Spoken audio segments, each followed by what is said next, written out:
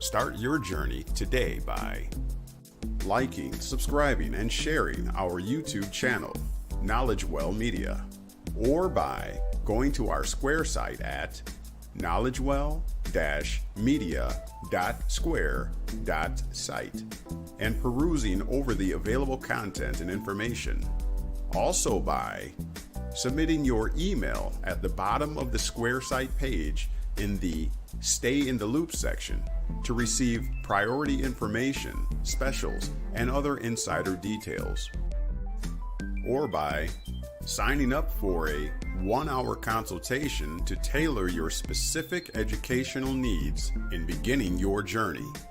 You may do so at the aforementioned Square site, once again at knowledgewell-media.square.site. Here are a few other items in demand on our Square site.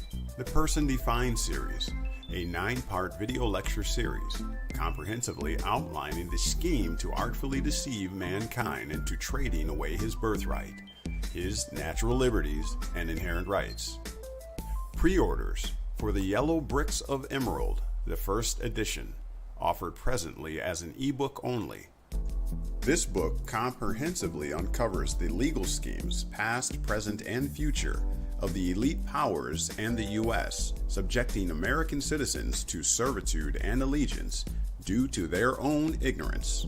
The KnowledgeWell Video Lecture Series Trust Course, a comprehensive lecture series educating on the history, effects, and administration of the wealth-preserving, asset-protecting, private commercial entity known as a trust. Plus, we have our very own template and instructions to help you set up yours.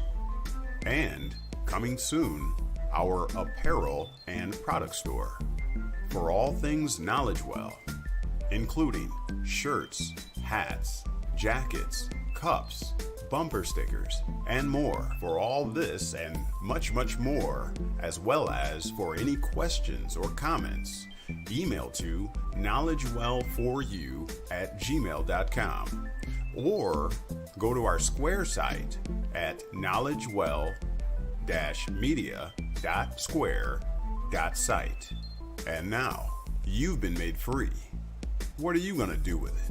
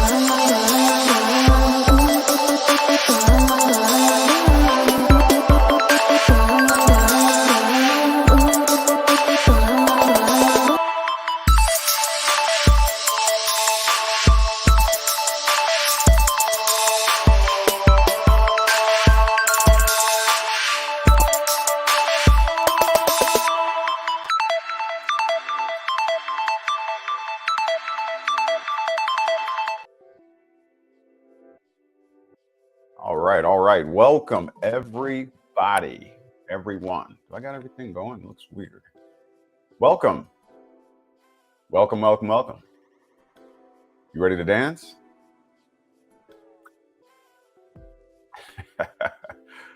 Y'all know what time it is. All right. So I'm going to do something a little bit different today. First of all, thank you for being here. Yes, I am cheesing. I am cheesing. Thank you for being here. Thank you for your support. I see Mac Bones the first to sign off. Hey, I missed you last live. Where you been, man? Peace and many blessings of Amen Ra, the God, the Son be upon you. Awesome. Thank you. Thank you for that. I accept that in the most sincere way. I see we have 3 thumbs up right away. We have 4 people watching currently. I really do appreciate you coming in and doing that for our platform. And we're going to have a great time today, this day of the sun, this day of inspiration. It's going to be interesting. But let me get some things out of the way. We're going to go to a video, a SOBCIT video, sovereign citizen video, to start things off, to kind of get the wheels in motion. I'm drinking my spirulina / orange juice / chlorophyll pill / I'm trying, y'all. I'm trying. I'm trying. Mac Bone says, been very busy developing my own agency offline. Ooh, awesome. Do you feel free to share if you want to. I will make sure I put the comment section, or excuse me, the link in the comment section here shortly. You're always welcome to come on. I appreciate your knowledge, your information. Abso-freaking-lutely. All right, what else we got here? Make sure you shout out the state that you are listening from. Just need to warm up a little bit. You know, before I get on here, I'm running all over the place, trying to always last minute. I don't know. But anyways, let me get some things out of the way real quick. As always, we covet your support. That right there is the CashApp, $ AmericanConsulate. No amount is too small. No amount is too big. We appreciate all of your support. That's how you get it done right there at the CashApp, okay? Also for consultations, to have friendly conversations or not so friendly adverse positions that you might have, you can hit me up at the KnowledgeWell, the number 4, the letter U, at gmail.com. All right. I love talking with the people.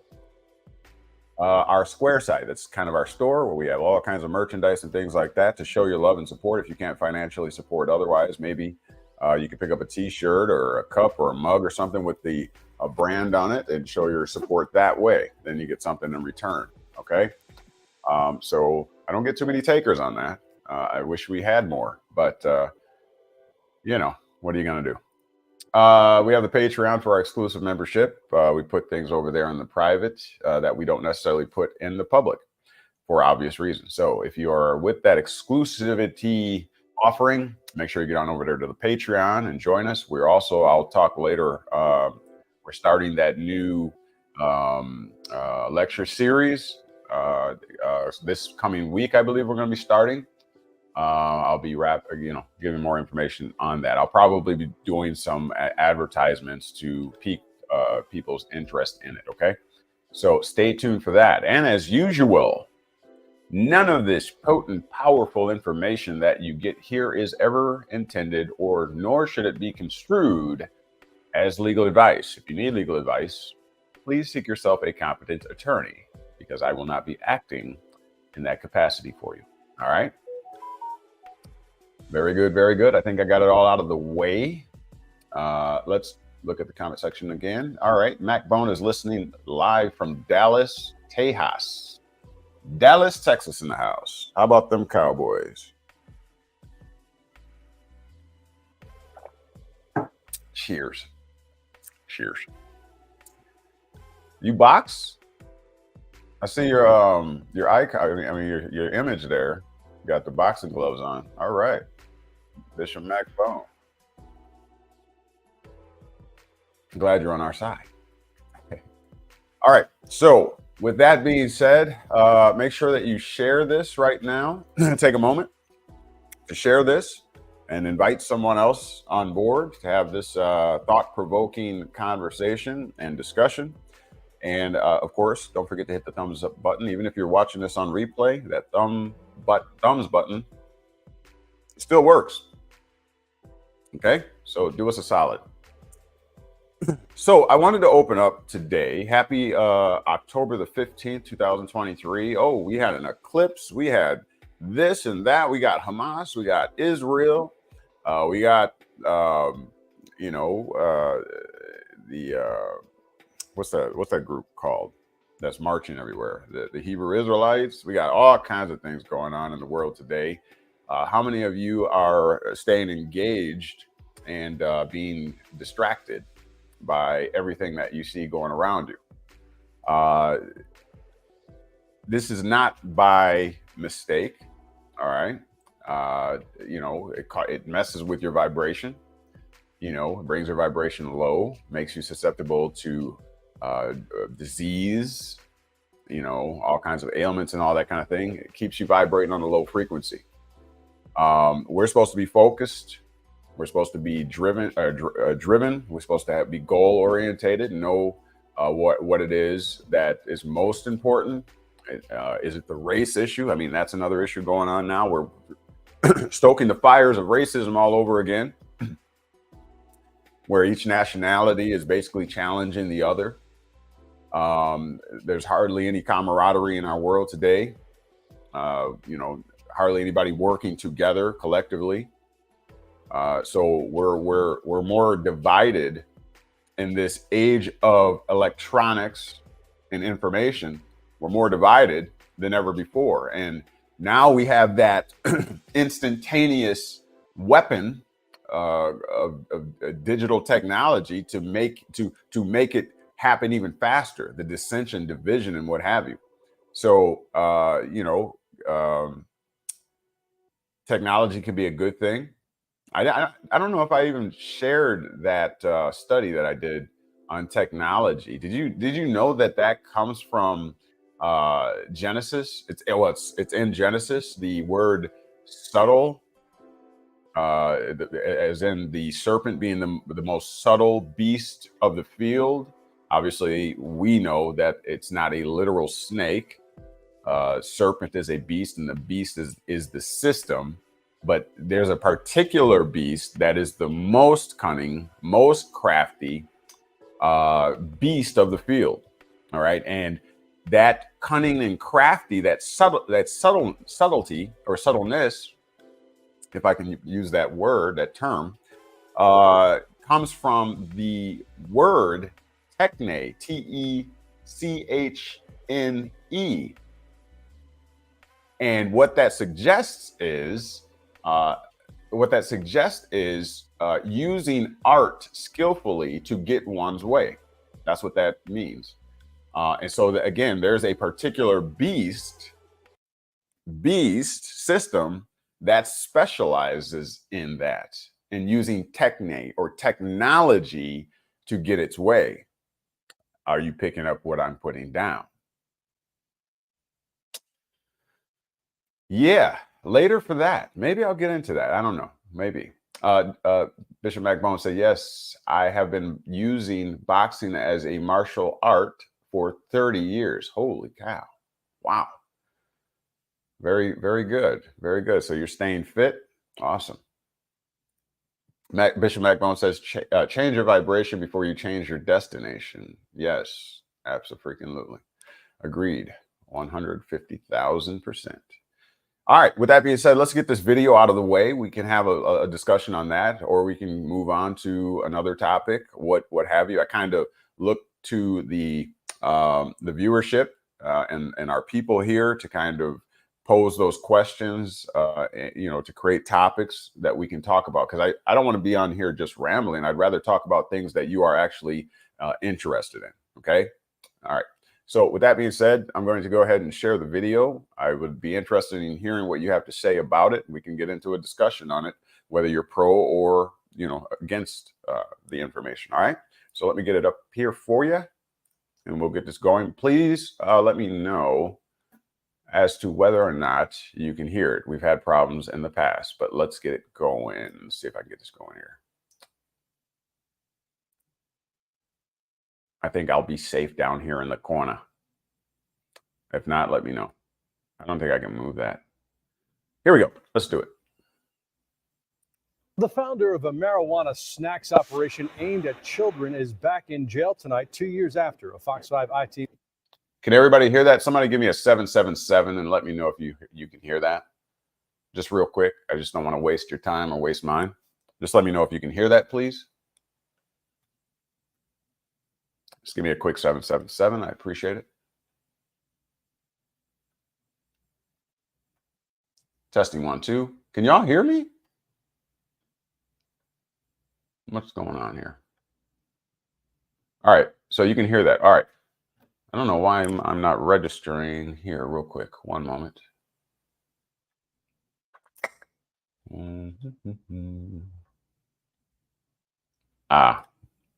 That's why, I think. Here, wait. Can y'all hear me? Testing 1, 2. I think you can. Well, I think y'all would have let me know if you couldn't hear me, but I don't know why my audio device not connected or not available. Let's see here. Testing 1, 2. Oh, there we are. Can y'all hear me? All right, here we go.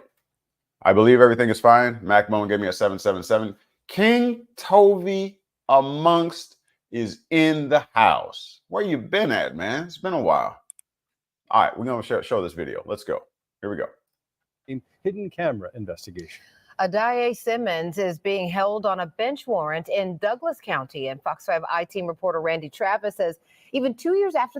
I do not own the rights to this video. Screaming fair use. This case started, the Fairburn man is still making some really questionable decisions here, Randy. Yeah, he is, Portia and Russ. Yeah, Simmons faces multiple drug felony charges in Douglas County. Early this year, after he lost all pretrial motions, Simmons asked his attorney to try a new strategy that experts tell us has never worked, the so-called sovereign citizen defense. Are you interested in accepting the sentence to be imposed by the court, Mr. Simmons? The last time you may have seen Adaye Simmons, he was getting a pretty good deal from a Fulton County judge. Prosecutors wanted him in prison for 10 years for running his marijuana edible business out of the home he shared with his parents in Fairburn. Instead, after pleading guilty, the judge gave Simmons a year of weekends in the Fulton County jail. I feel that you're not lost yet and that you have great potential for rehabilitation. But Simmons still has not gone to trial for what he did in Douglas County, twice selling his wares to an undercover cop, just like he did to a Fox 5 producer. Do a lot of people buy from you? Like high schoolers too? Yeah, I started in high school doing this, so then when I graduated, I still knew about it, and I kept people selling for me. He ran Trill Treats through his Instagram account, where he named the schools he targeted and showcased the products he currently offered. Investigators say Simmons' own records listed the network of people delivering pot-laced snacks to those schools and showed a $5,000 monthly profit. Our investigation started after these parents alerted us, horrified to learn that Trill Treats showed up for a Sweet 16 birthday party. One of the girls ate too much and had to be hospitalized. You out here trying to make $1, and you could have took my child's life. And it would have took everything I had not to take his. In February, Simmons' attorney, Tawana Morgan, withdrew from the Douglas County case, upset that his family wanted to pursue a sovereign immunity defense. I strongly urge you to reconsider, she wrote Simmons, warning about the possibility of a warrant being issued for your arrest if you are to miss court. Since then, Simmons has filed more than 100 pages of confusing documents with titles like Notice of Pre-Authorized Use of Credit and Notice of Rogatory Appointment for the Public Record. He's used a fingerprint on stamps and created his own gold seal. The document is, the legal term I think is nuts. Karen Morrison teaches criminal procedure and evidence at Georgia State University School of Law. As an assistant U.S. attorney in Brooklyn, she once successfully prosecuted a tax evader who claimed to be a sovereign citizen. That's someone who believes they're not subject to laws in this country. She says an estimated 300,000 people have used or supported this strategy, which law enforcement calls paper terrorism. It's clearly paper harassment, Simmons even warned the trial judge she was in breach of copyright law. Oh, God. We showed her what Simmons has filed so far. There was something about barns. I saw hot air balloons somewhere. All aircraft, including gliders and balloons. I'm confused. I don't think that Mr. Simmons wrote this himself. I think this is something that is available at all reputable sovereign citizen outlets. Professor Morrison says no sovereign citizen defense has ever succeeded inside a courtroom. They either plead guilty or are found guilty. So if it doesn't work, why commit the act of paper harassment in the first place? We asked the DIA's parents for a comment. Instead, they sent an invoice billing us $500,000 for something called unauthorized use fees. We're not going to pay that. All Douglas County judges have since recused themselves after the defendant engaged in certain illegal activities, according to a motion to revoke Simmons' bond. The Attorney General's office confirms it's investigating the forging of a judge's signature. Simmons currently sits in the Douglas County Jail on a bench warrant for missing a court date, just like his former attorney warned would happen. This is not a winning strategy, and I feel bad because they're being goaded into doing this. I think that's all horrible advice and will only lead to him being in prison for longer, and it just seems a shame. Senior Cobb County Judge Grant Brantley is now presiding over the case. He has set a March hearing date for the failure to appear warrant, meaning Simmons will remain in the Douglas County Jail at least until then. So his former attorney really was prophetic here. So no jail time in Fulton. So how does this shape up in Douglas then? Well, Douglas County was making it clear that they were not going to offer him that type of deal in Douglas County for the crimes that he was accused of committing there. He was looking at some prison time, even if he pled guilty. So that may be why he decided to try this bizarre defense, although, as you can see, no one has managed to succeed with that defense. In fact, it could be even worse for him now. Yeah, it is a shame. You could tell the judge sort of saw that Daya Simmons had a bit of an entrepreneurial spirit, was hoping to save that. And it seems like he's gotten caught up in some cultish nonsense, honestly. Maybe some bad advice, clearly, here. Yeah, it's a shame. Randy, thanks. Okay. All right, so there you have Every it. day, Joe Biden is focused on the. There you have it. What say you? So let's see here. King Tovia Monk says, it has been too long. I'm the prodigal son. Ha ha. You look good, staying healthy and fit, fam. All right. Thank you. Thank you for that. And always glad to see you and glad that you're here. Bishop MacBone said, sovereign citizen is a myth, a falsehood, and a hustle. Bishop MacBone says, sovereignty is based on natural law. Okay. All right. Maybe we'll discuss that at length. And Know Thyself 722 is in the house and gives me my favorite numbers, the 7, 7, and 7. Awesome. Thank you very much. So yeah, what do you think about this? I mean, this is a young man here who, like most of us, a lot of us went down that wrong path, that rabbit hole that essentially leads us to nowhere. These people that are teaching this doctrine are still out there. Okay, they're still out there, and they're still making victims of people. I was listening to another video before I came on here, basically along the same lines. I'll just say a lot of scams are being played, especially when the markets and things are unstable. The communities and societies are unstable. You're going to have a lot more of these erroneous doctrines, I'll just say. Okay. The other one was, I guess, the guy from the Breakfast Club, not the main guy, but the DJ. I forget his name. But anyways, he, is now being caught up, I guess, allegedly in some housing scheme, real estate scheme, and what have you. So this is just everywhere. It's happening everywhere. So watch your P's and Q's. But more importantly, these young people now are being affected by, by this buffoonery. And, you heard the district attorney or whatever say, it's sad because now, he's going to be faced with criminal records and all that kind of stuff. Now, that's aside from his other recreational, business. I don't think he should get 10 years for some freaking crispy treats. I mean, I don't agree. I would be probably pretty upset if my children had got a hold to them, and at a young age, right?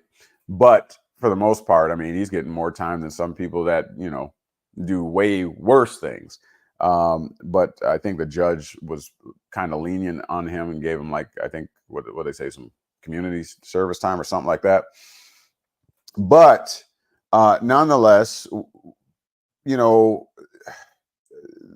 don't want this type of doctrine, the sovereign citizen mindset, to be passed on to the youth. So we definitely, and that's part of what we do here at KnowledgeWell Media, dispelling those myths and what have you. I find it very important. I take it very serious because I know the effect it had on me. And I'm the type of individual that once I am persuaded about something, I go full in. Okay. Yeah, I go full in. And so, I was took for quite a while myself. Thank God, cooler heads prevailed and my rational analysis kicked in and I started to dig a little bit deeper. But some people are still in it. I'm watching some of these, some of their YouTube stations and channels, and they're still preaching this stuff, still teaching people Treasury Direct accounts are still there, using 1099 forms incorrectly and without having the proper status and standing to use them. And so I just want to make sure that we're educating people for those that will participate here. I can't do anything about the people that choose to, they have itching ears and they just want to hear that stuff. Disillusioned by alleged opportunities to become very wealthy, to somehow slight the system, cheat the system, whatever. But here we teach to use the system or work within the system in order to profit and benefit from the system. Okay.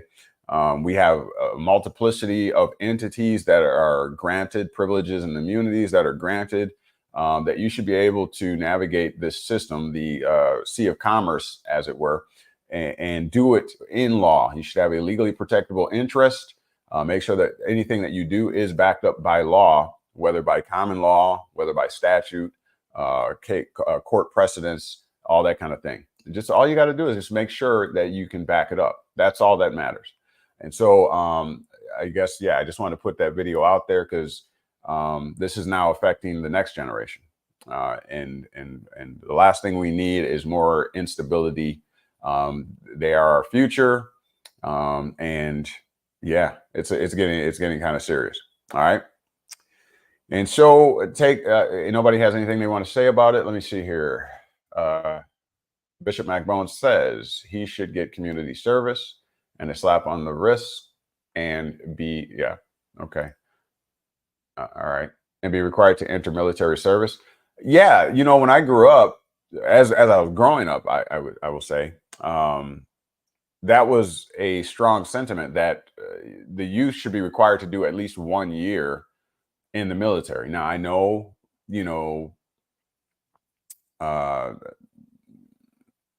I know what is going on behind the scenes when it comes to fighting these wars and whatever. I get it. But even if it's not U.S. military, even if it's like Job Corps or something like that, that might be good for all youth. You almost don't want to say be required, as in the government's going to force you to do something when you turn 18. But 1 year, I think it'd be all right. To get that culture back and what have you. But, and along those lines, I think the school system itself needs a kind of an overhaul in that I think the topics that should be taught are things that we are discussing here and now, trust education, economics, and what have you. All that stuff used to be in schools, maybe not trust, but economics used to be a thing. I know that.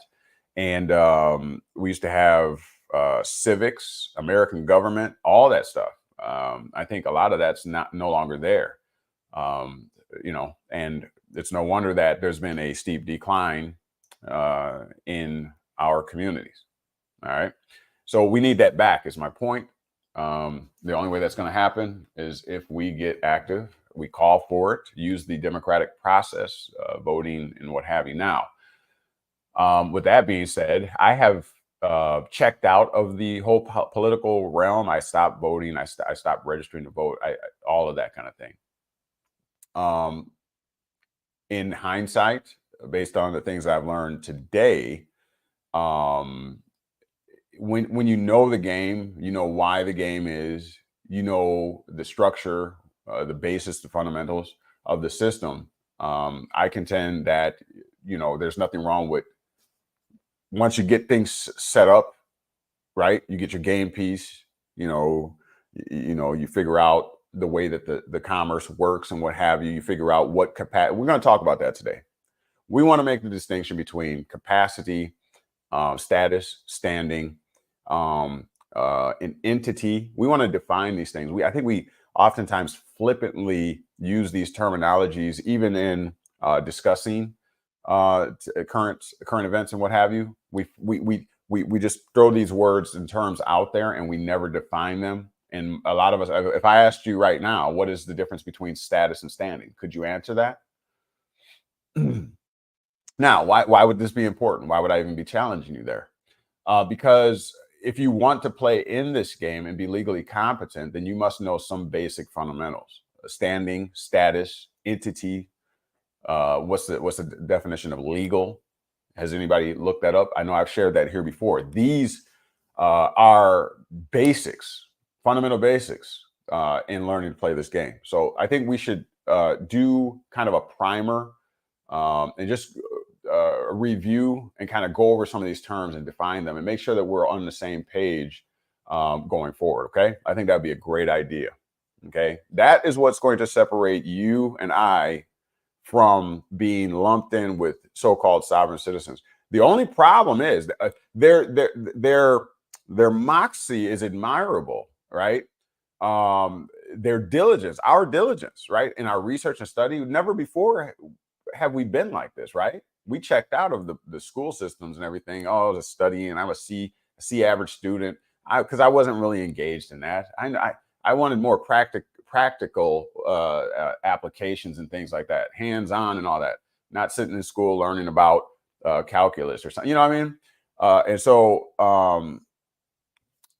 yeah, the thing that separates us from them will be to know these basic fundamental aspects of the community of the United States and what have you, so that we can competently come forward and not just be lumped in as people who are following after templates or misguided, misdirected, or misdirecting gurus. Okay, that's what's going to make us different. Okay, we want to talk competently. We want to bring legal arguments. We want to, as far as having a legally protectable interest when we make an assertion and a claim. That's what separates you, and they will appreciate that, actually, no doubt. BB Productions is in his house saying greetings to the family. Don't forget to drop that like. All right, please hit that thumbs up button. If you didn't already, please take a moment to do so. Thank you very much. It's the least you can do. Bishop MacBone says, Moors are to blame for a lot of misinformation propagated. Okay. I don't want to really play the blame game, but I do understand what you are saying. Number one, being predominantly, I think, men, so a lot of people, if you come from my background, from what they call the hood, the ghetto, whatever, single mom on welfare, grew up that way, didn't have everything that you wanted, barely had the things you need. And then to have older men, like an uncle or whatever, be preaching adamantly and with conviction about, heritage and what have you, and you're trying to find an identity as a young man. Yeah, I could see how that could lead the youth in the wrong direction. So I can agree with you in one aspect, right? Is that most of them are, my skin color, and they're men for the most part, and they speak with conviction, and they're very adamant, very militant sometimes, right? And so that could be very admirable to someone, a young man trying to find himself, or a young lady for that. So I can understand where you're coming from, Bishop Macbone. All right, King Tovia Monk says, I had to do the whole therapy thing because the cops were on me about things. You just got to know what to say in public versus private.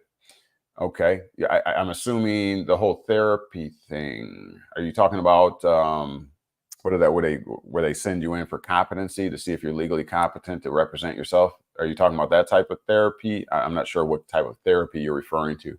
Maybe you can give us more detail on that, King Toby. Bishop Macbone, what is the definition of sovereign according to the Black's Law Dictionary? Okay, we can get it. Okay, let's get into those terminologies. All right, I guess I will. And I was looking for my Black's Law last time, and I think I found her. I got several really cool, pretty powerful old dictionaries from the 1800s and all that kind of stuff. But for these intents and purposes, yeah, I agree with you, Bishop Macbone. We'll go right to the Black's Law. This is my 5th edition here. Yeah, so we'll go right to here. And okay, I'll start with defining Black's Law. Sovereign. And then we'll probably go to the whiteboard and break some things down. Okay, let's get some clarity on some things today. Let's call today Clarity Sunday or something like that. Okay, let's get some clarity on a few things. And I'm not even sure if sovereign's going to be in this, but we could take a look for sure. Let's take a look.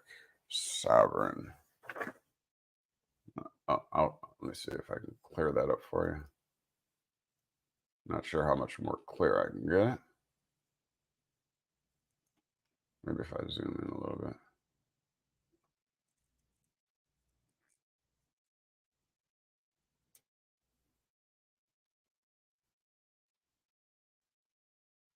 All right. I'm not even sure if sovereign's in here. Sovereign.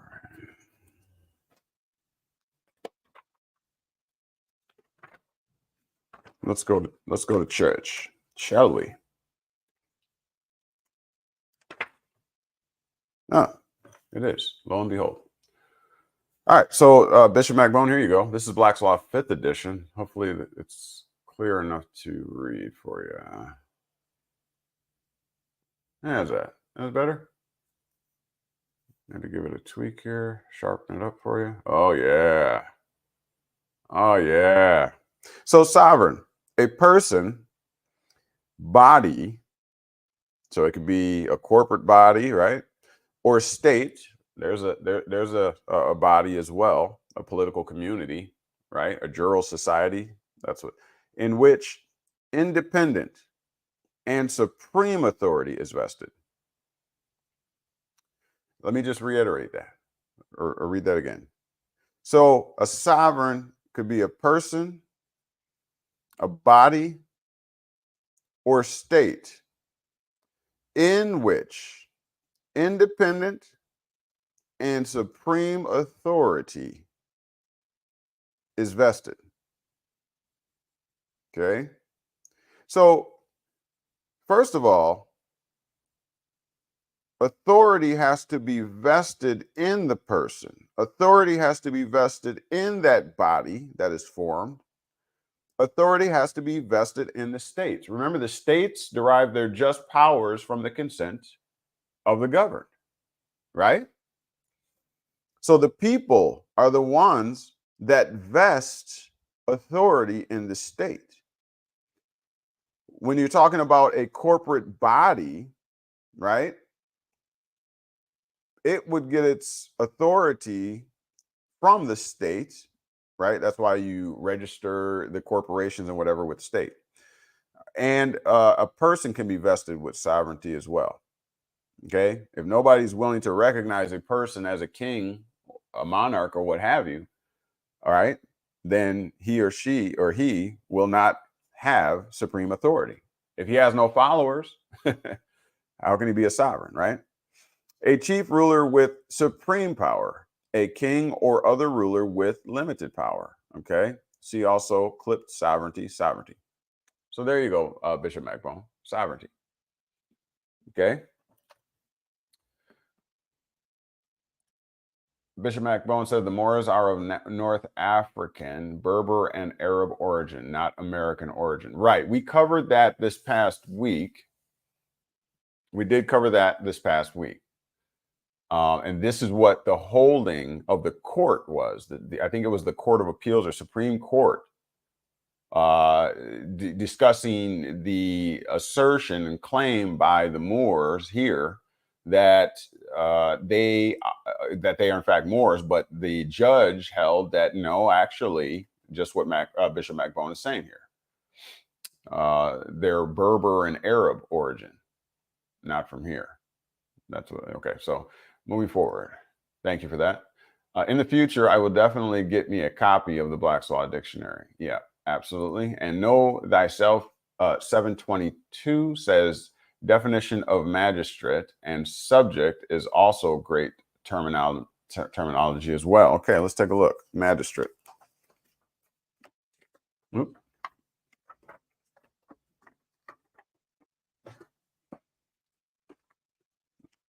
Okay, we'll be following this up. We're going to go over a couple terms, status, standing, and make the distinction, entity, and what have you. There is something there that we must know and be clear about. Okay. Okay, magistrate. For you know thyself. Says here. The term in its generic sense refers to a person clothed with power. There's that vested with power, right? As a public civil officer, this is the key term here, civil. Okay? Like the Roman civil law. This is a type of society that it's a man-made society. Okay, so you right away should know and be able to make the distinction between natural law and positive law, aka man's law. Okay, statutes. So this is the public civil officer or public civil officer invested. See, there's that term again. With executive or judicial power. Okay, minor officials or officers with limited judicial authority. For example, justices of the peace, judges of police courts, mayor's courts, or magistrates' courts. In general sense, a magistrate is a public officer possessing such power, legislative, executive, or judicial, as government appointing him may ordain. Although in a narrow sense, he is regarded as an inferior judicial officer. Right. Delegation of authority. Okay. I think that, well, U.S. magistrate, I think that should be enough for you know thyself. All right, moving forward. Bishop MacBone says the Moors are also co-conspirators in the African slave trade and in the massacre of 3 million to 6 million African in the Congo ordered by King Leopold of Belgium. All right, thanks for that information. Let's get to topic here. Let's start with status. Let's get a clarification on status. If you want to, sorry about that. My camera's loose a little bit there. If you want to have further discussion on those other terminologies, you're more than welcome to join. But let me get a topic going here for us.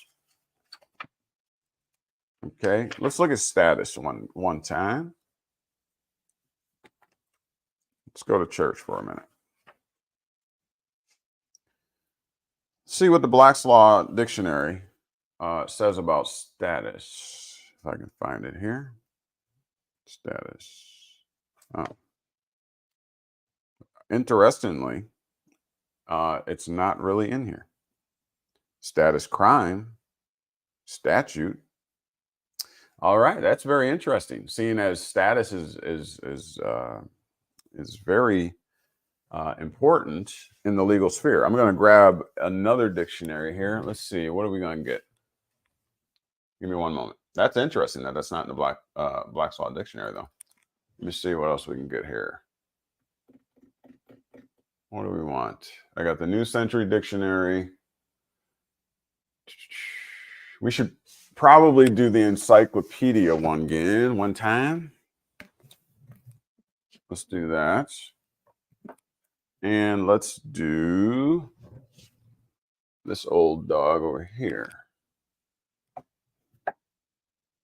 Here, we'll do that. Let's see what they have to say in this old puppy. That's interesting that that's not in there. I'm surprised at that.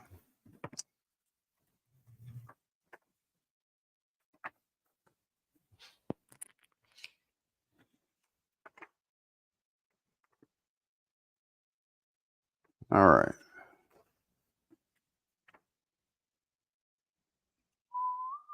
Oh, we got one. Okay, here we go. Let's go back to the document camera. All right, so this is coming from the New Century Dictionary.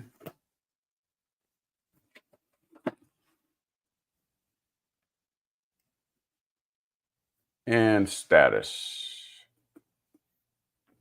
Get something to point with. All right, so status. See it right here, Latin C state. Uh-oh. Remember what we talked about before? Estates and state and status, how they all correlate. Status is the state or condition. Okay. What state do you live in? What state do you live in? Can everybody hear me? Okay. What state do you live in? Determine what's the state that you live in determines your condition. You live in the state of Illinois, state of Wisconsin. Okay. Status. State or condition. Condition or position of affairs. Especially condition, position, or standing socially. Now we're going to define standing here as well. Professionally or otherwise, as making way for no one under the status of a priest. Okay. Let's see what else. Mr. Polly's status was that of a guest, pure and simple. Okay. In other words, a guest, not as the homeowner, but his status is as a guest. Okay. H.G. Wells, Mr. Polly. Okay. Third, in law, the standing of a person before the law. See, this is key right here because it puts the consideration in proper context. So from what perspective are we, first of all, looking? So in this case, when it comes to it being in the law, or this is the context from in contemplation of the law or before the law. This is okay. So what is this person's status? What is your status before the law? Now you have to ask the question, which law? Which law? Hold on real quick. Which law? Remember, there's positive law, right?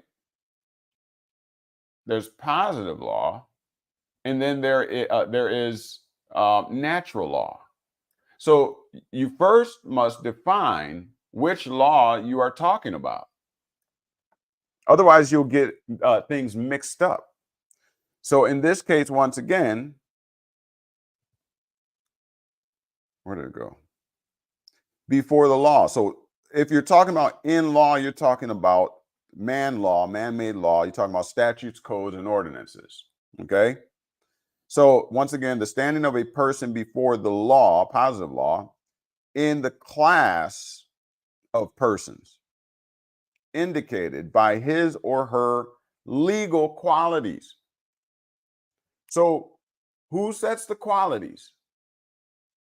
Remember, they put the adjective before it to describe. If it's legal qualities, then it is the legal system. Makes sense? Makes dollars. Let's read that again. The standing of a person, standing, you're going to see, we're going to define it, is the relationship one has to another or another thing.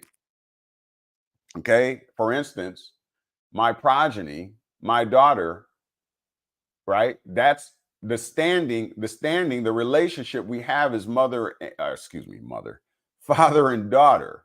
That's the relationship or standing we have. That is not the same thing as status.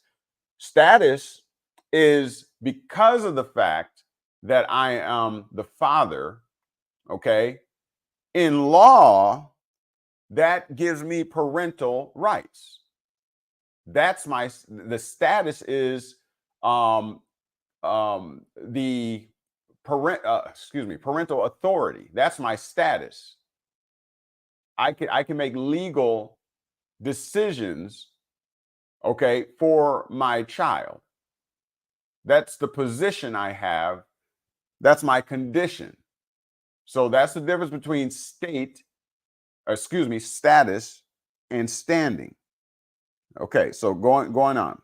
In law, once again, the standing of a person before the law in the class of persons. Each one of us are put in a particular class. Did you know that? Did you know that the United States actually has a class system? Yes, right? You have the elite, the aristocratic families. You have the impoverished. You have the middle class, upper class. Okay. How is that determined? By the law. Before the law. Okay. Before the law in the class of persons indicated by his or her legal qualities. Qualities established by the legal order. We're all wrapped up in this thing. Moving on. The relation, that's standing, fixed by law. What does it? The law does it. In which a person stands towards others or the state. There's status quo. You ever heard that terminology? Okay. The state in which anything was or is, the existing state of affairs. Okay, so that is status. You must know the difference between status and standing. Standing is the relation, okay, fixed by law, okay, how you stand when it comes to consideration of another person or the state. What is your standing in the state? In other words, what is your relation to the state? Okay, are you a felon? That would be your relationship to the state, and then your status or your condition, okay, would be one who basically has lost a lot of their civil rights. You might not be able to vote, okay? You might be imprisoned because of your standing, your relationship in law to the state. Are you picking up what I'm putting down? All right, let's take a look at standing real quick. We're just going to get some clarity and establish a fundamental basis, okay? Because remember, one of the most important things going forward, now that we know better, we're going to do better, okay? One of the most important things is to have a legally protectable interest. You can't make a claim upon or for something until you know how the law sees you. Does that make sense? A lot of times they say failure to make a claim upon which relief might be granted or may be granted. Why are they saying that? Because they're saying, who the heck do you think you are? You have no standing here, meaning you have no relationship to this issue that the court is asked to consider. You have no status. Or what is your status? Okay? This is why this is fundamentally the most important consideration before you try to make a claim. If you recall and remember, I speak a lot on Dred Scott. What was the issue there? That he tried to sue his slave master because he felt that his standing had changed, because when making it migrating into the Midwest or in Missouri, he felt as if because slavery was outlawed here in Missouri, that because he came with his slave owner, that once he got here, that he would have the rights of a U.S. citizen. And therefore he could go to sue to be let go or what have you in the federal courts, in the courts of the United States. Well, they told him kindly, sir, no, the founding fathers never intended for your class of person to be included in the definition of we the people, or one of the people of the United States, a citizen of the United States. So you see, he had no relation to the United States. Therefore, he had no standing. You see how that works? And because he had no standing, his status was that of a slave. Whatever comes under the heading of slave, okay? One who has limited or no freedoms, one who eats the hog mess, whatever, right? One who picks cotton. That's the status. Okay? What that individual, what his or her condition is, what state they are in, what condition. Okay?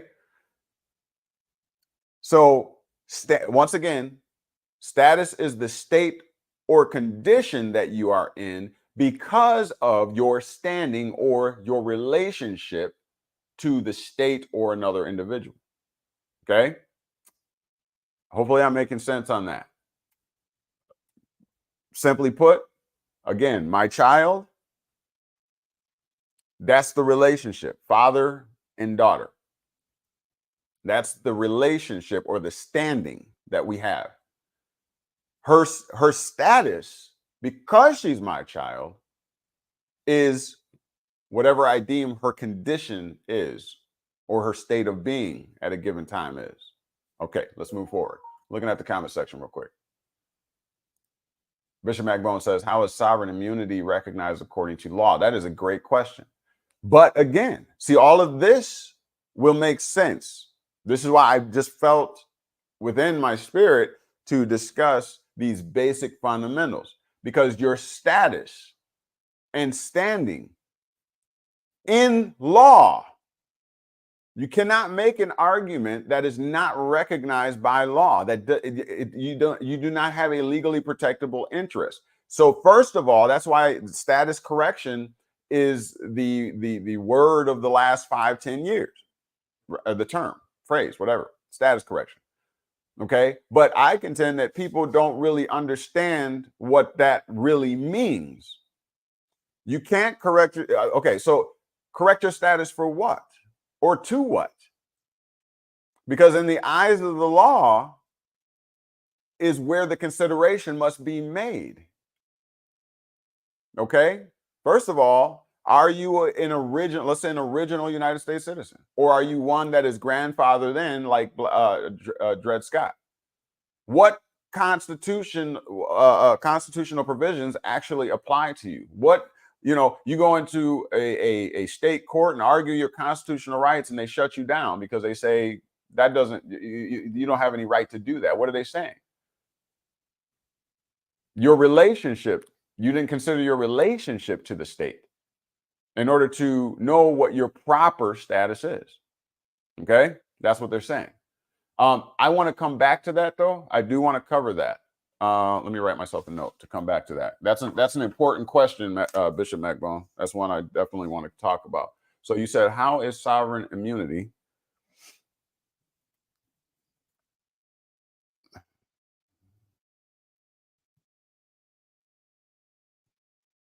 recognized according to law? Okay, let's start doing this, y'all. Because when we know better, we're going to do better, and we need to exercise things that that make us legally competent. So let's talk about things like we actually know what the heck we're talking about. So from now on, instead of just generally saying like according to law, we know that there's two laws: God's law and man's law, aka natural law and positive law. So let's qualify. Okay. So the question would be, how is sovereign immunity recognized according to man's law or positive law? You feel me? Because we're legally competent. Okay, according to positive law. Okay, because then I got direction, right? Now I know I'll go look in positive law to consider sovereign immunity and see what they have to say about it. You see what I'm saying? Okay, moving forward. I'm going to come back to that. I wrote myself a note. Okay. So King Tovia Monk says, the cops were trying to come into my house after having gained evidence, quote unquote evidence, but had no warrant. All right, CPS wanted a case open. Okay, they were trying to come into my house after having gained evidence. Okay, so yeah, they still have to have a warrant. Okay, now if they're reasonable suspicion, or they got to have a substantial public interest, state interest, in order to violate that. Because remember, the Constitution does not necessarily bar them from doing that, but if they violate your constitutional rights, then it has to be for a particular reason, and it must be in the interest of the state or the interest of the safety of the public. So they can violate your constitutional rights. Don't get it twisted. They can.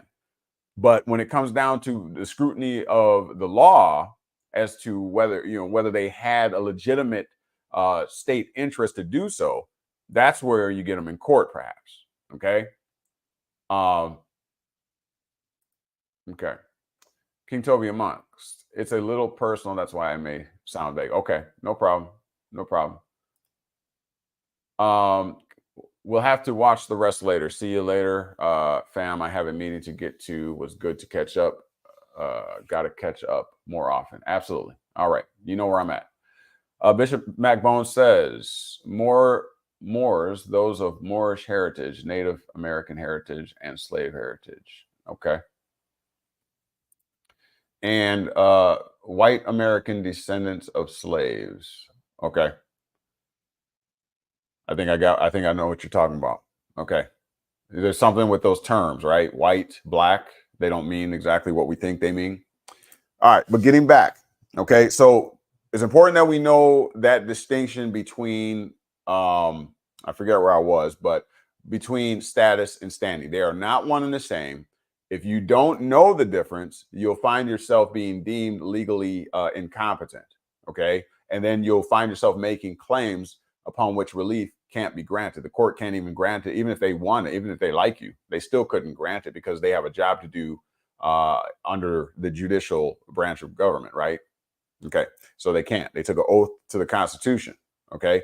And so you have to come in competent. You have to know what your status is. Well, first of all, your standing. So what is the relationship you have to this issue, or what is the relationship you have to a person? Okay. And then that will determine how they're going to treat you, the status, right? The condition. It's going to determine what condition you're under. Okay. So you have to come in competent is the point. All right. So I think okay. Let's look at the term entity real quick. All of this, we'll tie this all in here. Just bear with me. Kind of a rocky start, but this is all information, and it's all information. I can assure you of that. Let's look at what Black's Law says about entity. What is an entity? What is an entity?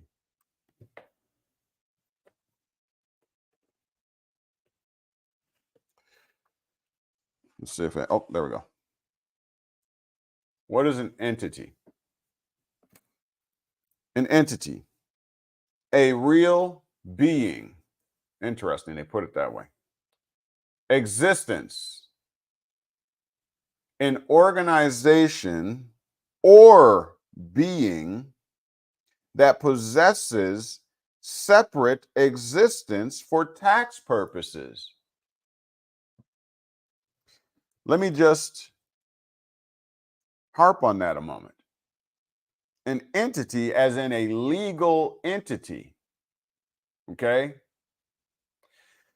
This is in recognition of the law, positive law. This is all within the legal order entity. This is their definition. I mean, we're at the Black's Law Dictionary, of course, right? A real being. It was brought into existence in the eyes of the law. Okay?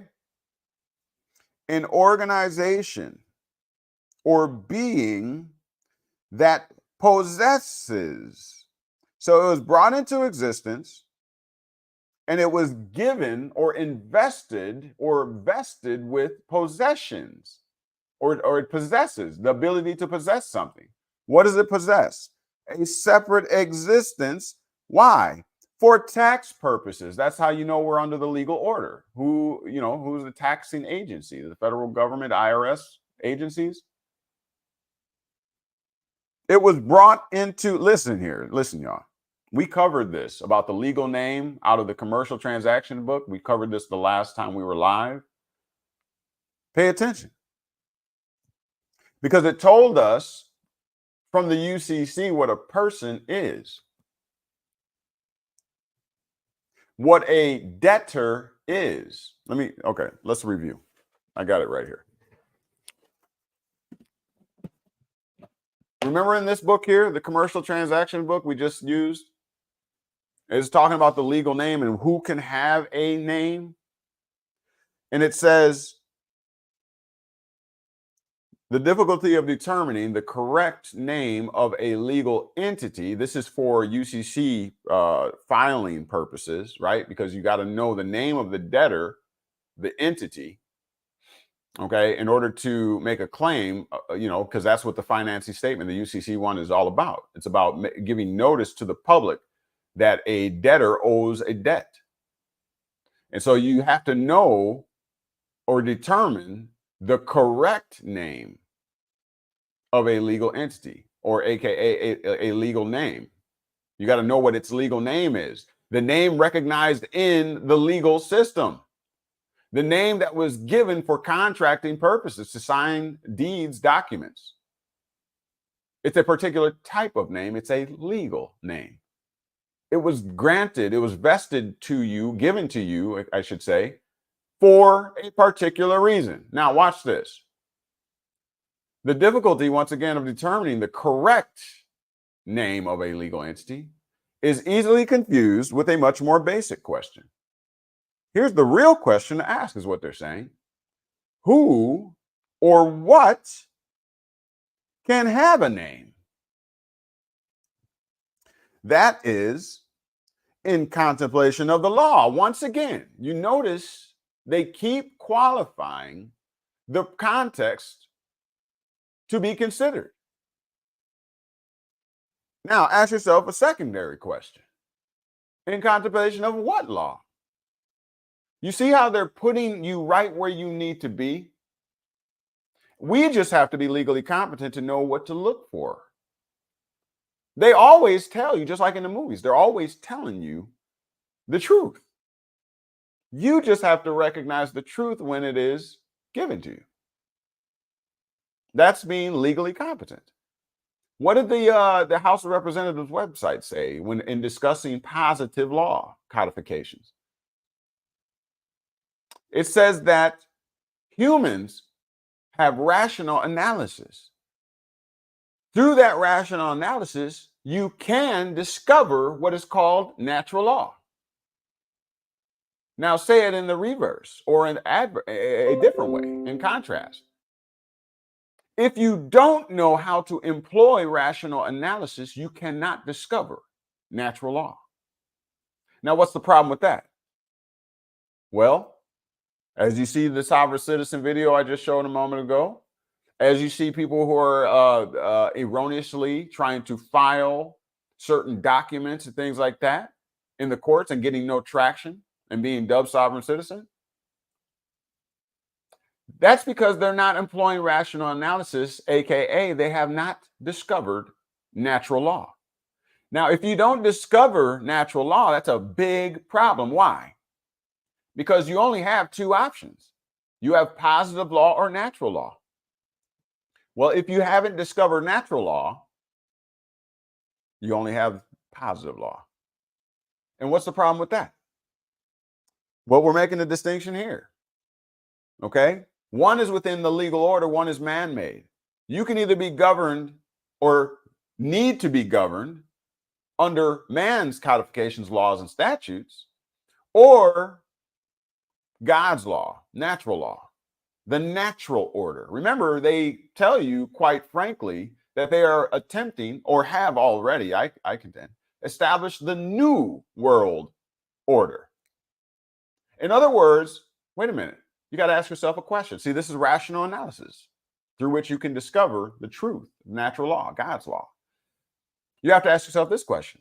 If you're instituting and establishing and administering a new world order, then what was the old world order? What was the old world order? New world suggests that they put something else out there now. Huh? Perhaps after they took, or traded, you gave it away. Your foremothers and forefathers brought the gold and silver right to and traded it for fiat currency. So, I mean, like sheep to the slaughter.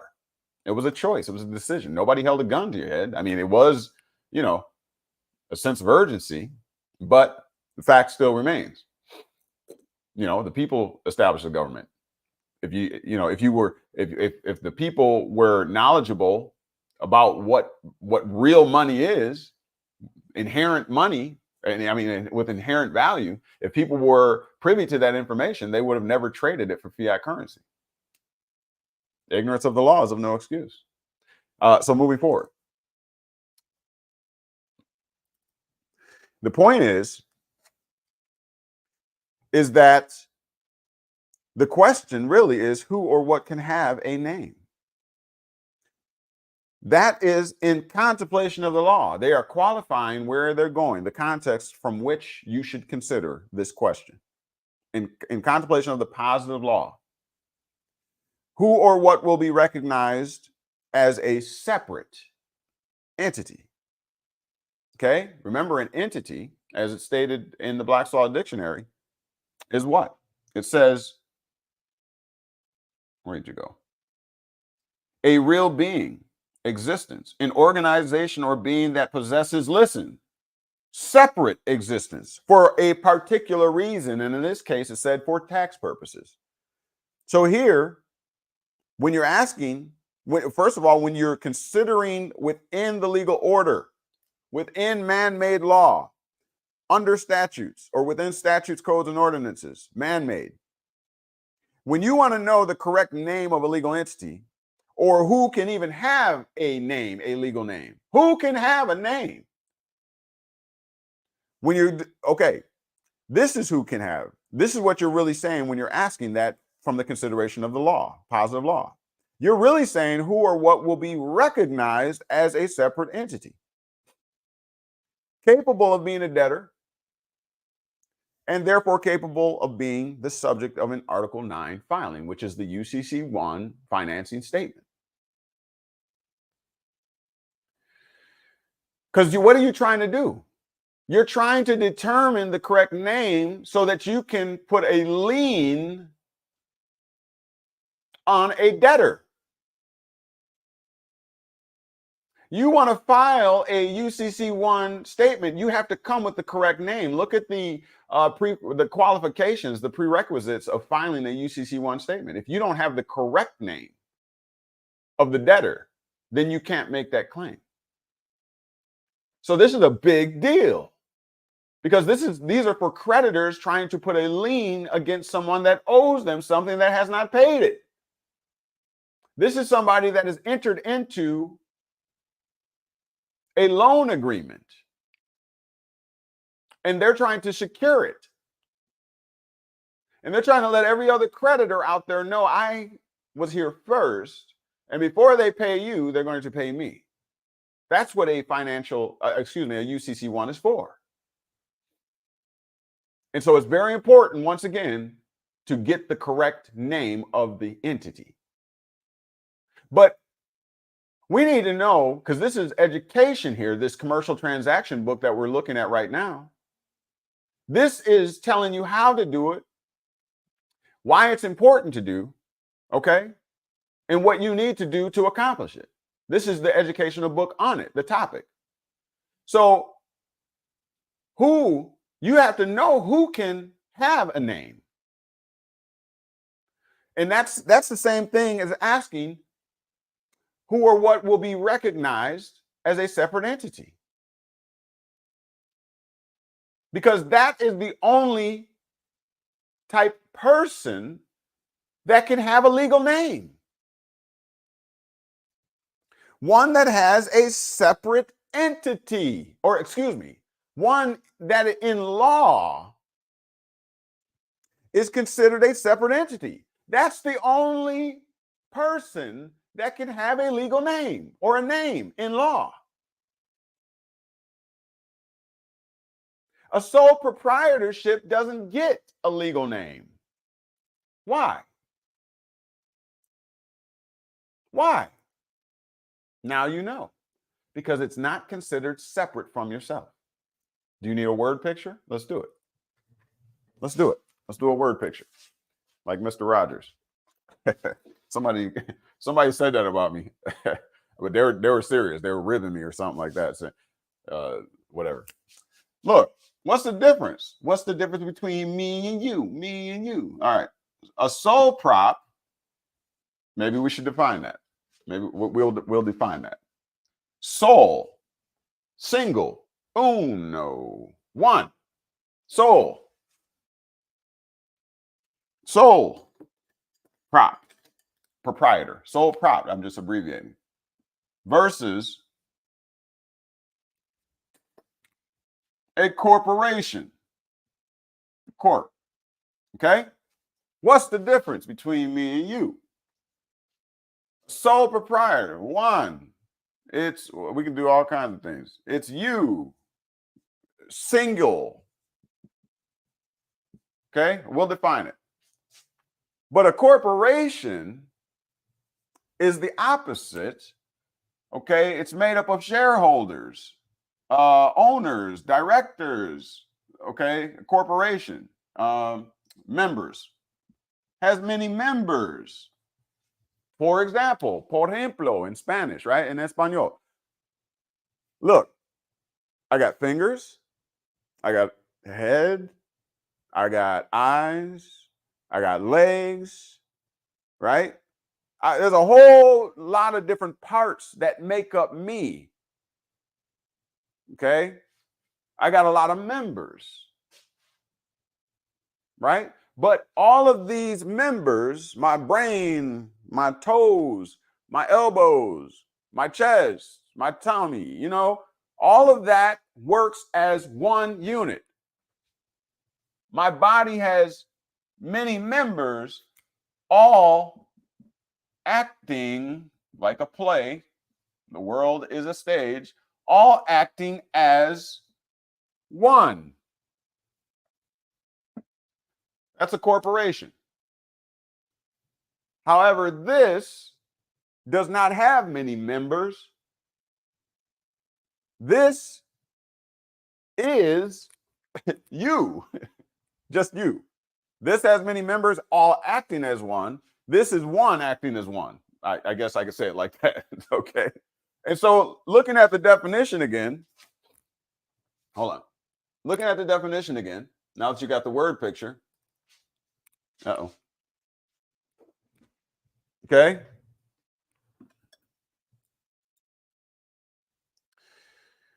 Who or what will be recognized by what? Recognized by the law, in contemplation of the law. That's the proper context.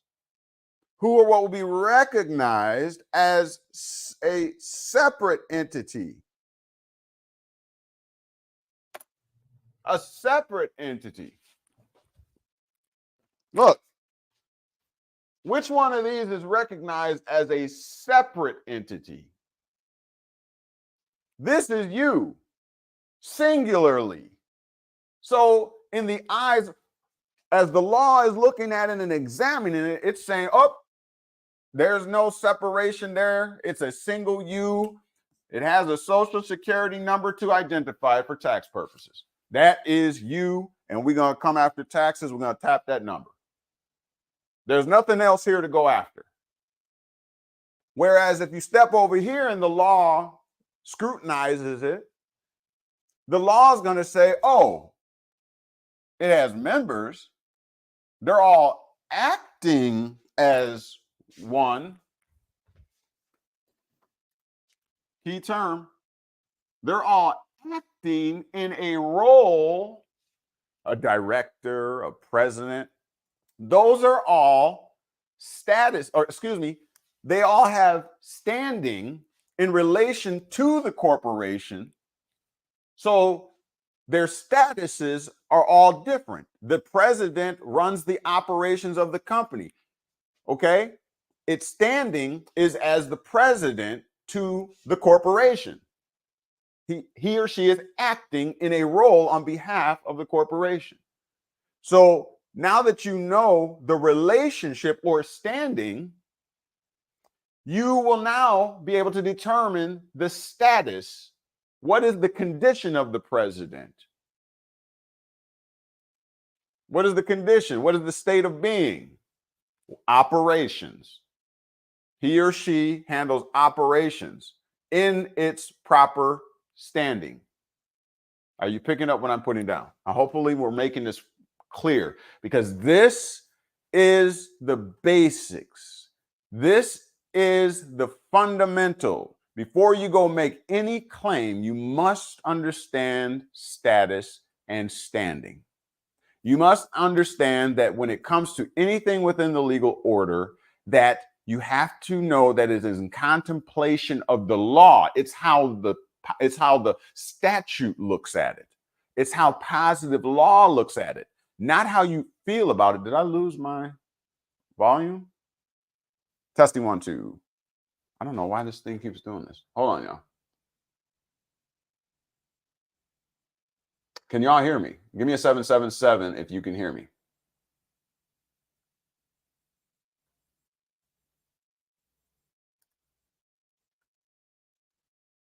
Anybody? Give me a 777 real quick.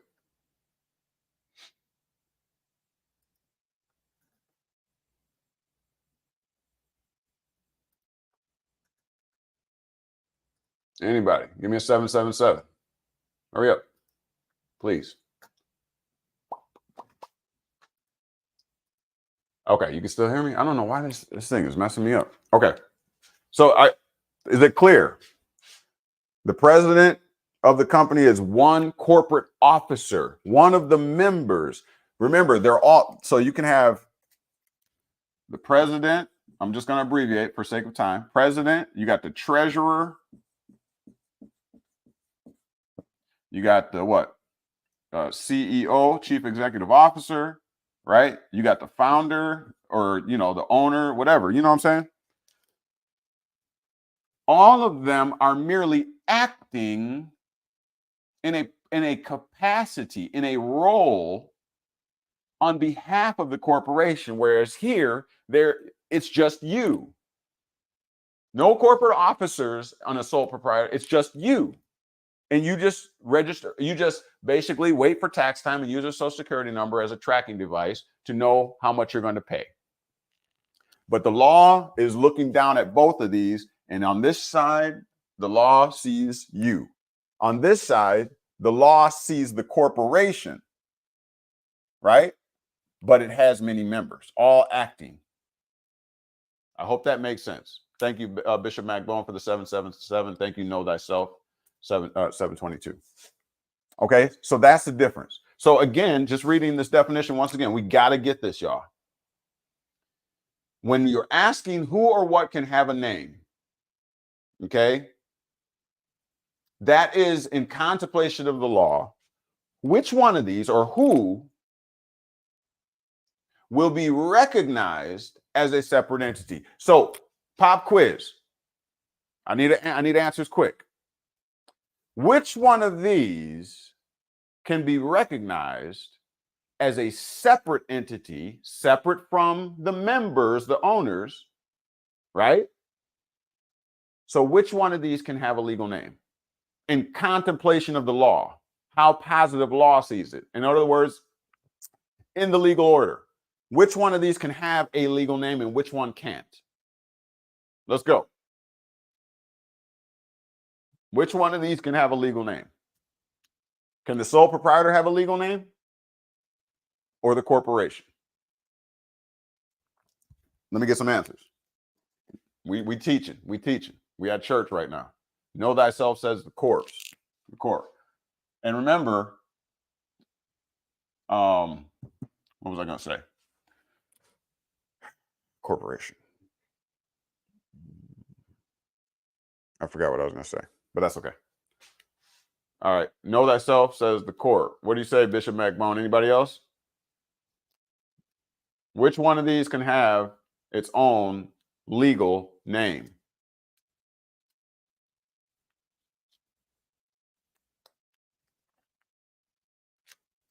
Waiting on y'all.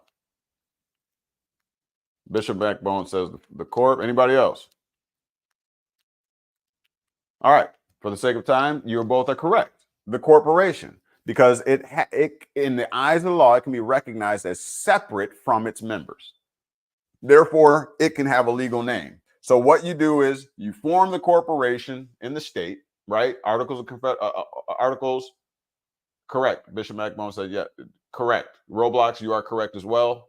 Bishop McBone said sole prop cannot have a legal name. Very good. You got it. That means I'm teaching good. Thank you, Roblox. Good to see you here today. All right. So listen. So now, what's the process here, real quick? So you want to form a corporation, and a corporation. Oh, that's what I was going to do. Corporation is an LLC, right? A limited liability corporation. That's one type. An S corp. That's one type. A C corp. Okay. And you're forming these based on the functionality of your business. You know, one is double taxed, one is you taxed only once, right? Pass through, disregarded entity. We can get into that in our economics and all that kind of stuff. But for these intents and purposes, there's different types of corporations. But the point is that they all have a separate and distinct existence in law. And therefore, they can have their own legal name. And so you form the corporation, you do with the registration with the state, whatever, and then you christen or crown the corporation with its own name. Just like your birth, naturally or otherwise. Okay. Chris P says 777. Thank you very much. I appreciate that. Thank you for remembering that. So when you are born, you are also christened with a name. Okay. Two names, in fact, right? You have your given name that your mom, your dad, whomever christened you with the name. It's a given name. They gave you a name. They christened you. Okay. And then the state comes behind and christens you with a legal name. One is for commercial under positive law, and one is on the natural side. There's always this line of distinction between everything we do, isn't there? Light, dark, up, or as above, so below, all those connotations, denotations. This is fundamentally everything. This is everything. The sign of the cross. It's everything. Okay. You always need to have that clarity and that distinction, status and standing. You always have to have that clarification. And so again, you form that corporation. You were born on this earth. Mom gave you the given name and family name, right? And the state on the other side, on positive law, okay, gave you a legal name. So in order, listen, hear me. Let's prove something together. Now that you got it, let's prove something together. How the hell did the state create a legal name when we know that the only entities that can get or have a legal name are entities that are considered in law to be what?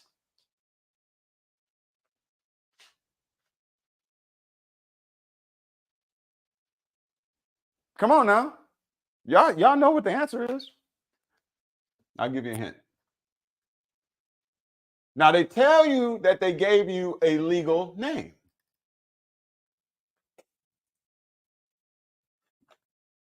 Who or what can have a name?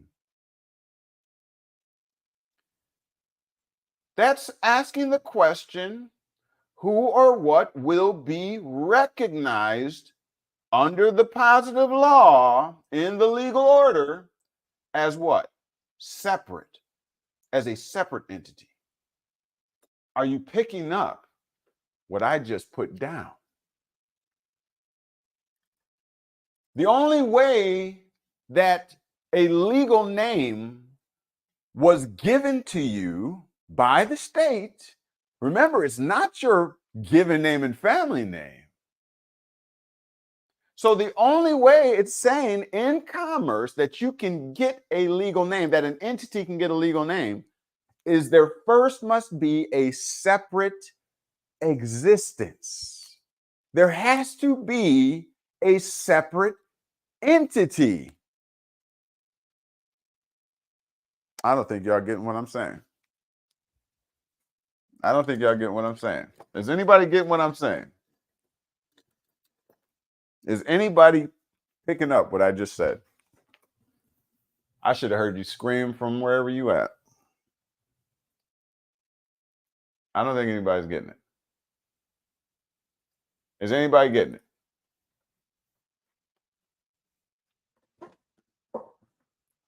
I just dropped a megaton. And there's only 4 people here. You got to love it. Do I need to put it a different way? Is anybody getting it? Know thyself said the legal entity, social security number. Yeah. But I want to know that you got it. Explain to me, what am I saying? What is my claim right now?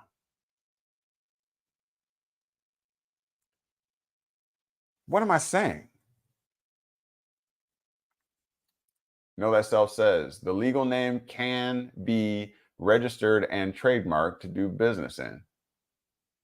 Well, not necessarily. That's not what I'm saying. That's not what I'm saying. Let me make it plain. Let me make it plain. Then we're gonna get out of here. Listen, y'all. Listen.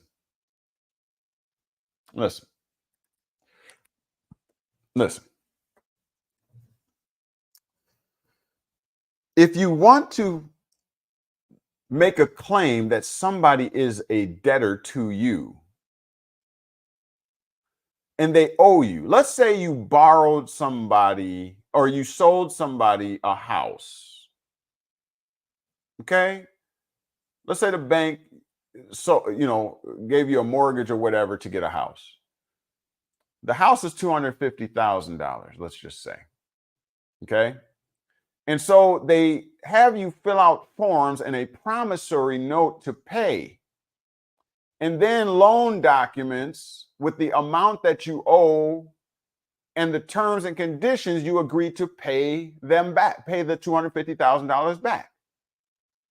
They take those legal documents and they file them, Article 9 filing, as a UCC1 statement, making a claim that you owe them $250,000 and that they are first in line to be paid. Even if you come later down the road, end up owing somebody else, they're letting them know, he got to pay us first. Okay? That's what the UCC1 filing is doing. It's making a proclamation, a declaration internationally, nationwide, that you owe $250,000 to X bank, Acme Bank, whatever.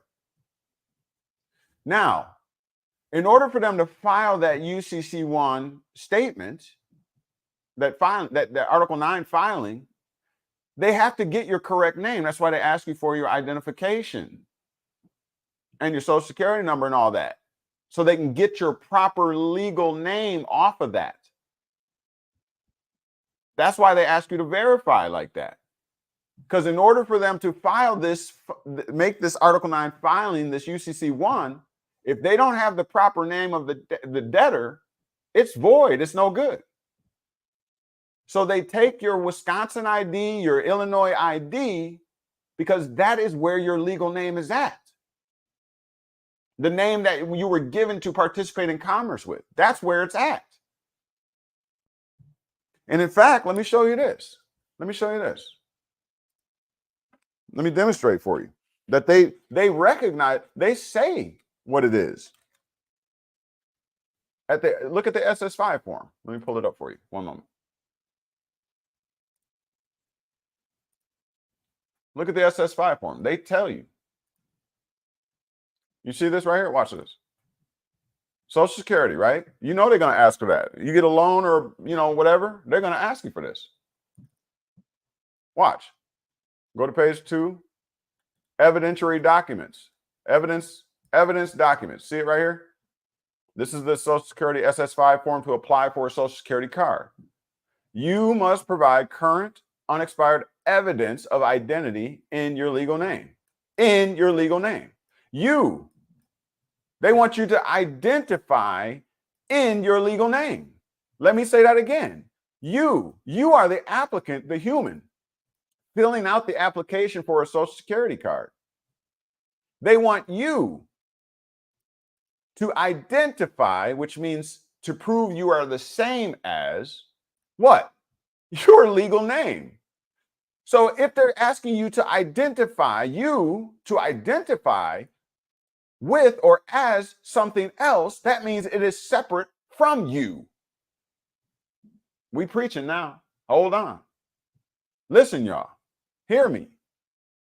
If they're telling you, before you even fill this application out, you came in to apply for a Social Security card.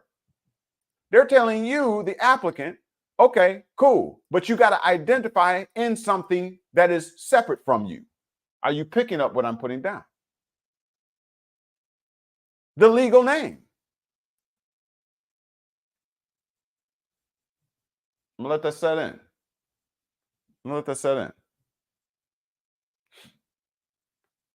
Okay?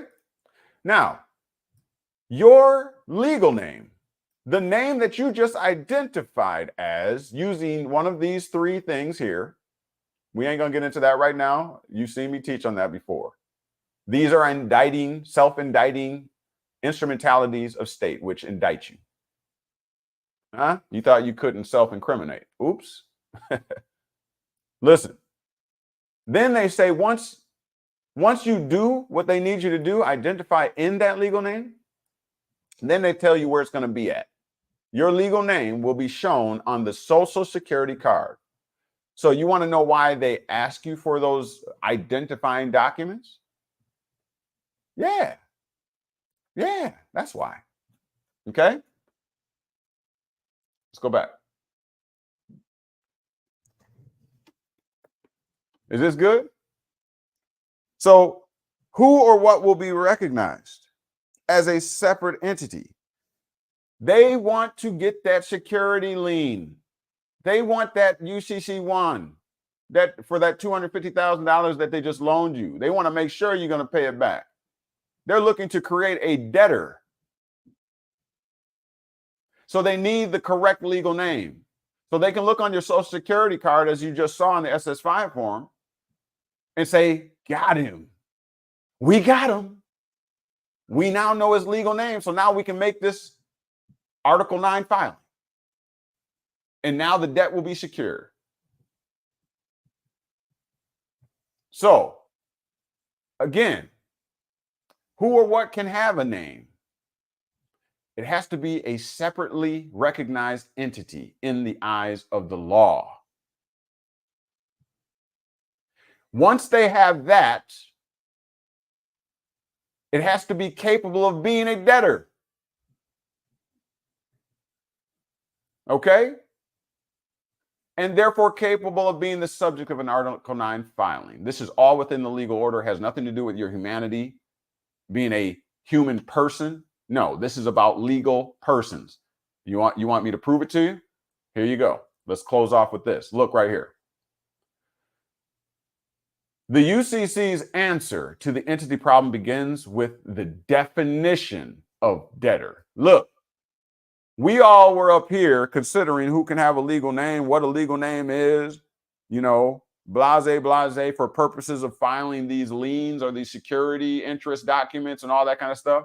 We were arguing all this up here. We trying to figure all this out, right, in contemplation of positive law.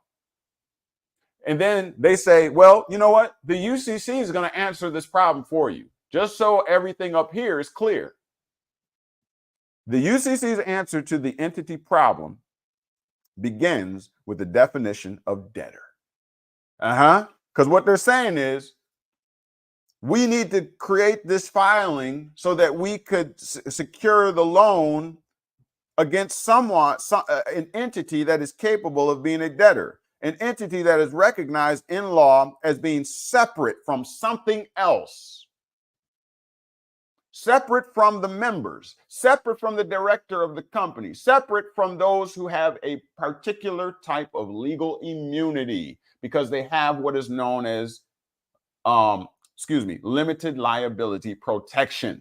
That is what a corporation gives to its members and directors and shareholders. They have limited liability protection from what? Being categorized as the debtor.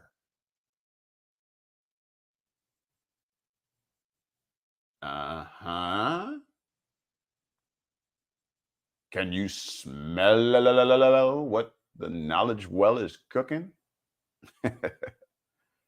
This ain't you.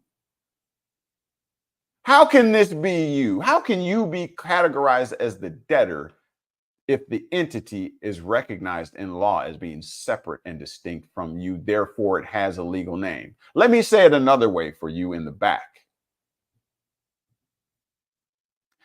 If the state created the legal name, by definition, they had to have created also a separate entity recognized in law that is capable itself of being a debtor. It was never about you.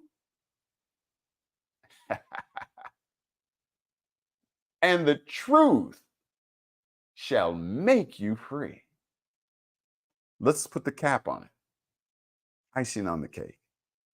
What a delicious cake this was today. The UC here, the summation, the sum total of everything we're discussing here, the liberating factor, the icing on the cake, the nail in the coffin. Here it is, y'all. This is the creme de la creme, as only KnowledgeWell Media can do. All you other wannabes. Hey, if you hear anybody else talking about this information after this, you know where they got it from. Tell them, render unto Caesar's that which is Caesar's. Give credit to where credit is due, in other words. Make sure you let them know. Here we go. let's put the icing on the cake. The UCC is saying we about to settle the whole matter. We about to answer all of the questions. The UCC's answer to the entity problem begins with the definition. In other words, before you consider all this and you're all confused about this, all you got to do is begin with the definition of what a debtor is in the eyes of the UCC, the international regulatory body over commerce and trade. Isn't that what everything is about? Isn't that why you have a legal name? To sign documents, deeds, or other legal contracts. I've already proven that. Don't make me do it. Listen, you must first know what a debtor is. So let's look at section 9-102A 28, where it says a debtor is a person. Oh, Lord, have mercy. Look at y'all. Look it. Look it. What did that say? What did this say right here? Capable of being a debtor? Recognized as a separate entity? What did it say there? Who can have a legal name? And then the UCC gonna go and do this. A debtor is a person. That means this is the entity, the separate and distinct entity recognized as separate, capable of being a debtor. For the UCC says a debtor is a person. Are you picking up what I'm putting down? Now check this out. If that ain't enough, y'all must be full right now. I'm sure your stomach is full right now, but we ain't done. I'm gonna keep feeding you. Watch this. So they define that a debtor is a person, this separately recognized entity in the eyes of the law for commercial purposes, getting a legal name to sign contracts and deeds. A person is defined in UCC section 1-201B 27, formerly section 1-20130, to include an individual. So let me clear it for you. Let me clear it for you. This person in the eyes of the law under the UCC is also known as an individual, recognized as a separate entity capable of being a debtor, this individual. A person is also a corporation, recognized as a separate entity. We proved it. We proved it. Look at the whiteboard. Look. A corporation, separate and distinct from its members. A corporation, LLC, S Corp, C Corp, separate from its members.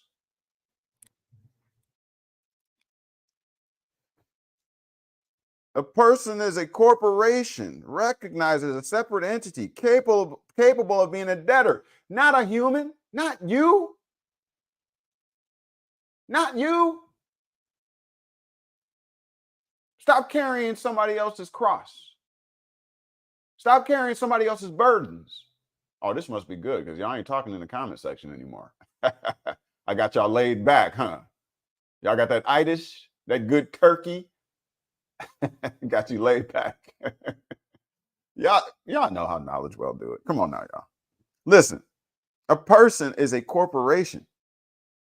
Now look how they put the icing on the cake right here.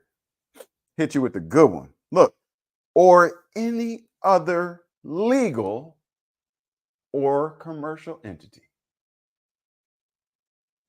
Meaning all of this consideration, all of this up here, all they're talking about are legal or commercial entities.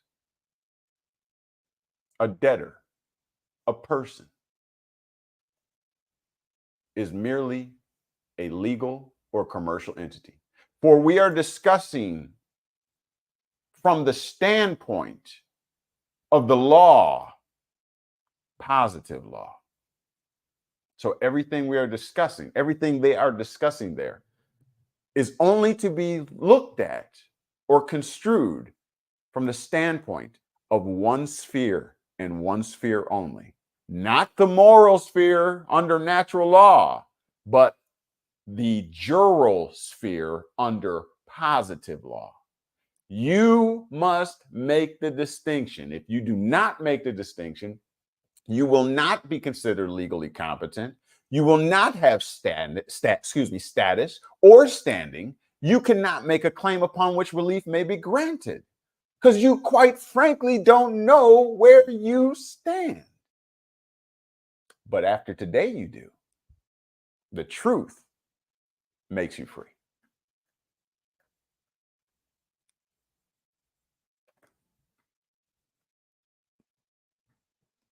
No, whatever. He Not Nice says, love, fire, love, fire, love, fire, love, fire. I love it. Oh, He Not Nice. You know what it is. 777, baby, all day. I got to get a shirt made now. Oh, yeah, it's coming. Anybody going to get that shirt? Now, will y'all buy that shirt? If I get the knowledge with the KnowledgeWell and then 777, will y'all get that shirt? Will y'all buy that shirt and support your boy? I put in the work for you. Somebody got to bust these books down. Somebody got to bust these books down. Everybody ain't teaching like this. Can I get something? Look out for your boy, man. Support. Make me feel good about what I'm doing. That's all we need. A little morale boost. All right. So I'm gonna make them 777 shirts. All right. I'm gonna make them 777 shirts. Okay. All right. Know thyself that he'll purchase, he or she. I'm sorry, you don't have I don't see a charge it to the mind, not the heart. All right. Got to show your support. Here's how you do it. Go BB Productions got the link for you there. You want to show your support. We'll get the 777 shirts made up with the KnowledgeWell emblem and all that kind of stuff. We'll make it look nice. Okay. Pick yourself up one, look for it over. If you want to pre-order it, how about that? If you want to pre-order it, hit us up. Go to the KnowledgeWell Media Square site. We'll put something up there, but also hit us up at the knowledgewell4u@gmail.com. And you can have the exclusive hot off the press first KnowledgeWell 777 shirts to show your support and love. How's that sound? All right. With that being said, I've kept you long enough. I want you to enjoy some of your Sunday, your day of the sun, day of inspiration. Hopefully we have inspired you today. Woo! We put in the work today. I think I'm sweating a little bit. Anyhow, corporations. What we have done, like no other channel, is proven the separateness of the entity and its legal name that is separate from your given name. All right. And so therefore, basically, we know who the debtor is. It was never you. You just had to know what capacity you are acting in on behalf of that debtor. That's the key. You have to know that. That's why trusts rule the day here in the United States, especially. We were established on it, the public trust, et cetera, et cetera. All right. So you just have to know the capacity that you play in that trust and start to administer and manage your affairs competently, legally competently. And to do that, you have to know your standing. What relationship do you have to the entity? What relationship do you have to the legal name? For it is your signing capacity. It is the way that you are able to participate in commerce and trade. That's why everything you do with any industry or business in the United States involves a signature and involves a social security number, or excuse me, card or a ID card. Why? Why? Because thereupon you may find the legal name. And that's all they need. They need the correct name of the debtor. Why are you carrying somebody else's burdens? Why are you carrying somebody else's cross? You need to do, you need to be like, man, what you mean? I can't be liable. I can't be a debtor. I have limited liability protection. How? Well, that entity over there is separate from me. I'm just a shareholder, a member. What capacity? What status? What standing do you have that will determine your status and condition in life? With that being said, now you've been made free. Indubitably. But the question is, what are you going to do with it? You're going to go another 5 years just listening, not applying anything? If you need to know how we can work this out, how we can, educate you on to benefit you, yourself, your family, your trust, your estate, et cetera, hit us up right there. KnowledgeWell4U@gmail.com. We will set you up with your own private consultation where we can talk about those matters that matter most to you. And we can look into applying some of these things as well. All right. Educational purposes only. Hit me up. Get it done. KnowledgeWell4U@gmail.com. With that being said, looking lastly at the comments section, Roblox, Know Thyself 722, BB Productions, He Not Nice, Eric Robert Sonnenberger, thank you for being here as well. In fact, I don't think I so there's a link. BB Production says there's a link now for the pre-order on the 777 shirts. Show your love and support. So let me put your comment up there. I don't think I did. Eric Robert. That name is very familiar. Do I know you? Have I seen you around? Eric Robert. Birth certificate. Okay. Your birth, your abandoned vessel. Yeah, I may do a lecture on that coming up here shortly. I may. We may have to do a refresher on that. SS manual, legal name, transmutation, hence those persons are last name first. Yep, I covered that. That's in my archives. Very good. As far as I know, I was probably the first to bring that out. Maybe not. Maybe Eric Roberts, maybe you were. I don't know. But you can look in my archives. I've been teaching on that for probably 4 or 5 years, at least. But anyways, He Not Nice, signatory. That's right. But what capacity are you acting in is the key. All right. Again, with that being said, now you've been made free. Or excuse me. What are you going to do with it? A little distracted here. All right. Thank you all for being here. I'm going to get on out of here. Remember, none of this was should be construed or was to be considered as legal advice. The books are now being closed. And it is time to ease on down the road. Hey, we going to Emerald City. I'm on my way. I'm leading the way. If you're coming, get on board. All right. Whoo. Let's get out of here. Enjoy your day of freedom, sunshine, hopefully. And be safe. Be well. Love you all. We'll talk to you soon. Peace.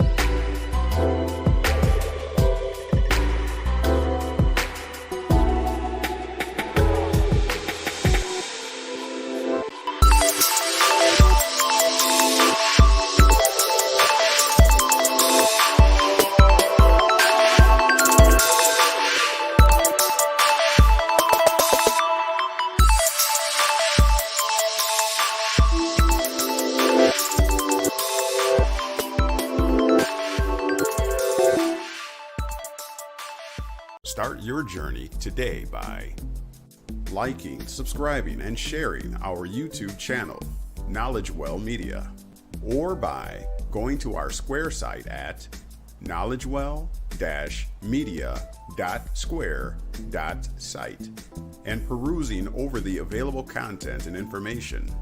Also by submitting your email at the bottom of the Square site page in the Stay in the Loop section to receive priority information, specials, and other insider details.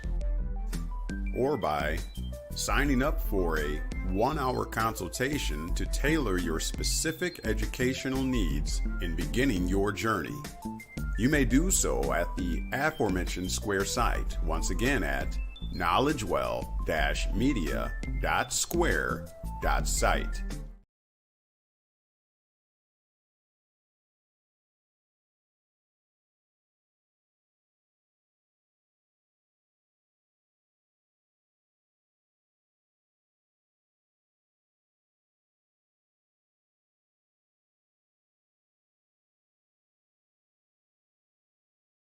Here are a few other items in demand on our Square site. The Person Defined series, a 9-part video lecture series, comprehensively outlining the scheme to artfully deceive mankind into trading away his birthright, his natural liberties, and inherent rights. Pre-orders for The Yellow Bricks of Emerald, the first edition, offered presently as an ebook only. This book comprehensively uncovers the legal schemes, past, present, and future, of the elite powers and the U.S., subjecting American citizens to servitude and allegiance due to their own ignorance.